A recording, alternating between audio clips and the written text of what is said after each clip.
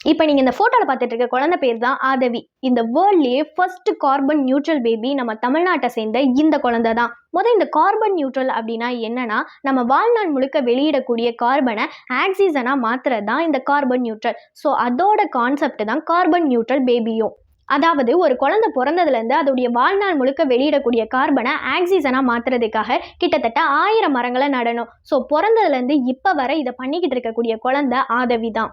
அது எப்படி ஒரு சின்ன குழந்தை இதை எப்படி பண்ணியிருக்கோம் அப்படின்னு டவுட் இருக்கும். இதுக்கு காரணம் அவங்க பேரண்ட்ஸ் தினேசன், ஜனகநந்தினி தான். ஜனகநந்தினி ப்ரெக்னென்ட்டாக இருக்கும்போதே அவங்க குழந்தையுடைய ஃப்யூச்சர் ஒரு ஆரோக்கியமான சூழலாக அமையணும்னு மரம் நடுறதை ஆரம்பித்து ஆதவி பிறக்கிறதுக்கு முன்னாடியே அது வாழ்க்கைக்கு தேவையான அத்தனை மரங்களையும் நட்டு முடிச்சிட்டாங்க. அது மட்டும் இல்லாமல் யாம் பெற்ற இன்பம் பெருக இவ்வையகம் அப்படின்ற மாதிரி இந்த கார்பன் நியூட்ரல் கான்செப்டை எல்லாருமே பண்ணணும் அப்படின்றதுனால தினேஷ் என்ன பண்ணியிருக்காருன்னா, சீராக்கு அப்படின்ற ஒரு திட்டத்தை ஆரம்பித்து அதோட சேர்த்து நிறைய விஷயங்களை பண்ணிக்கிட்டு இருக்காரு. அவங்களுக்கும் அவங்க குடும்பத்துக்கும் சேர்த்தே கிட்டத்தட்ட 6000 மரங்களை நட்டிருக்காங்க. So 2023 Aadhavi carbon neutral baby அப்படின்ற ஒரு பெருமையோட பிறக்குது.